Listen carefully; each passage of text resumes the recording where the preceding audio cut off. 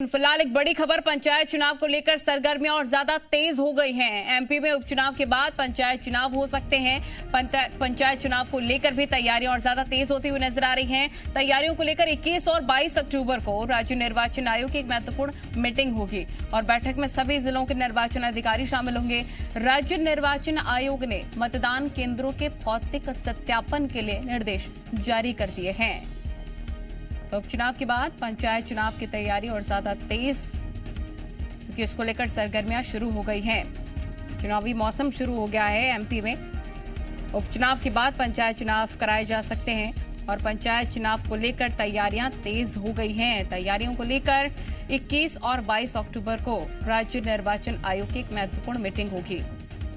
वासु हमारे रिपोर्टर तमाम जानकारी के साथ लाइव जुड़ गए। वासु, कई बार पंचायत चुनाव टाले गए, कई बार कोशिश की गई कि जल्दी उसको कराया जा सके, लेकिन आखिरकार वो वक्त आ गया है। उपचुनावों के बाद बताया जा रहा है कि पंचायत चुनाव हो सकते हैं। इसकी तैयारियां अभी से शुरू हो गई हैं, क्या जानकारी?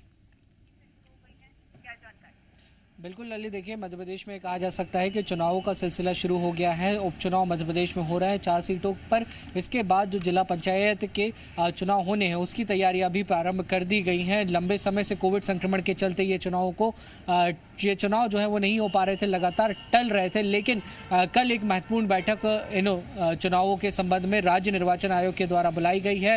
राज्य निर्वाचन आयुक्त ने इस बैठक को बुलाया है, जिसमें सभी जो 52 जिले के कलेक्टर्स हैं वो शामिल होंगे और 52 जिलों पर जो जिला पंचायत अध्यक्ष पद के लिए चुनाव होना है उसकी जो पूरी रूपरेखा है, पंचायत सदस्यों के लिए जो चुनाव होना है उसकी जो पूरी रूपरेखा है, त्रिस्तरीय जो ग्राम पंचायत के चुनाव होते हैं उसके लिए जो पूरा ड्राफ्ट है वो तैयार किया जाएगा। और इसके बाद जो आरक्षण की प्रक्रिया है वो ये माना जा रहा है कि नवंबर के पहले सप्ताह में शुरू हो सकती है और जिसके बाद पंचायत चुनावों की जो तारीखें हैं वो मध्य प्रदेश में जारी कर दी जाएंगी, क्योंकि लंबे समय से इन चुनावों में डिले हो रहा था। इसके बाद जो नगरीय निकाय के चुनाव हैं वो भी कराने हैं। तो इन तमाम चीज़ों को लेकर जो महत्वपूर्ण बैठकें हैं वो कल और परसों होंगी और इसके बाद जो है आगे का जो रास्ता है और भी ज़्यादा साफ होगा। लेकिन ये कहा जा सकता है कि कोविड-19 का संक्रमण खत्म होने के बाद या कम होने के बाद, कंट्रोल में आने के बाद अब मध्य प्रदेश में चुनावों का सिलसिला शुरू हो गया है और मध्य प्रदेश अब लगातार चुनावी मोड पर रहने वाला है। बिल्कुल, क्योंकि देखिए संक्रमण कम भी हो रहा है और पहले भी आरोप लगते रहे कि कोरोना के बीच में चुनाव कराए जा रहे हैं। ऐसे में ठीक होगा ये वक्त भी, हालांकि अभी पूरी तरह से फोकस उपचुनावों पर ही है।